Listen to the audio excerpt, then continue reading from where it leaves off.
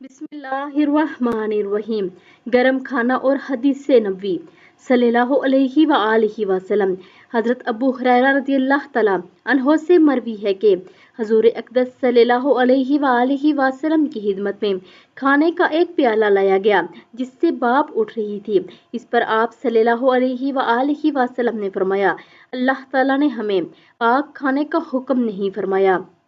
हज़रत अनस रज़ियल्लाहु तआला अन्हो की रिवायत करदा हदीस में है कि हजूर सल्लल्लाहु अलैहि वसल्लम गरम खाना को मकरूह जानते थे और फरमाते थे, ठंडा करके खाना खाओ क्योंकि इसमें बरकत है और गरम खाने में बरकत नहीं है।